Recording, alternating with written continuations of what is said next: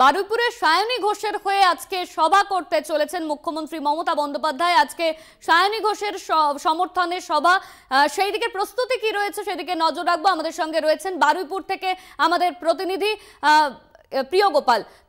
এই মুহূর্তে বারুইপুরে মুখ্যমন্ত্রী মমতা বন্দ্যোপাধ্যায় তার সভা রয়েছে, সায়নী ঘোষের সমর্থনে তিনি সভা করতে চলেছেন। প্রস্তুতি কি দেখতে পাচ্ছ?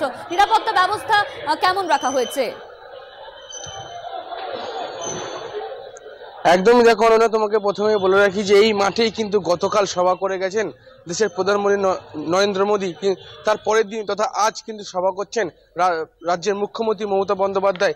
ইতিমধ্যে আমি তোমাকে দেখানোর চেষ্টা করব, ইতিমধ্যেই কিন্তু প্রস্তুতি কিন্তু তুঙ্গে রয়েছে এবং যে মূল মঞ্চ করা হয়েছে সেই মূল মঞ্চে কিন্তু এখনো যে সিকিউরিটি চেক করা হচ্ছে। এছাড়াও পুরো এলাকা কিন্তু নিরাপত্তা বেষ্টনীর মধ্যে মুড়ে ফেলা হয়েছে, কারণ আর কিছুক্ষণ পরেই মমতা বন্দ্যোপাধ্যায় এখানে সভা করবেন এবং সেই যে সভাস্থল বা সেই সভার যে স্টেজ, সেই মঞ্চ কিন্তু এখন সিকিউরিটি চেক করা হচ্ছে, সেটা তোমাকে দেখাবো।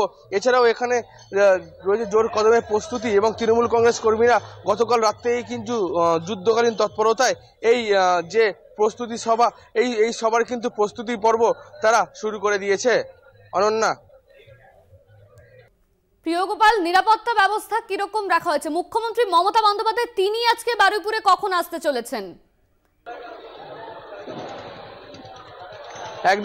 একদমই দেখো, আজকে মুখ্যমন্ত্রী মমতা বন্দ্যোপাধ্যায় বারুইপুরে আসার যে টাইম রয়েছে সে টাইম রয়েছে দুপুর 12টা।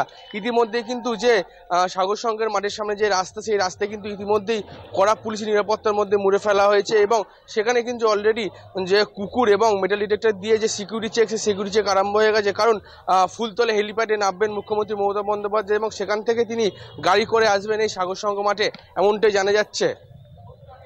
ধন্যবাদ তোমায় প্রিয়গোপাল। আমাদের সঙ্গে সরাসরি ছিলেন বারুইপুর থেকে আমাদের প্রতিনিধি প্রিয়গোপাল মুখোপাধ্যায়। আজকে মুখ্যমন্ত্রী মমতা বন্দ্যোপাধ্যায় তার জনসভা রয়েছে বারুইপুরে, সায়নী ঘোষের হয়ে জনসভা করবেন তিনি।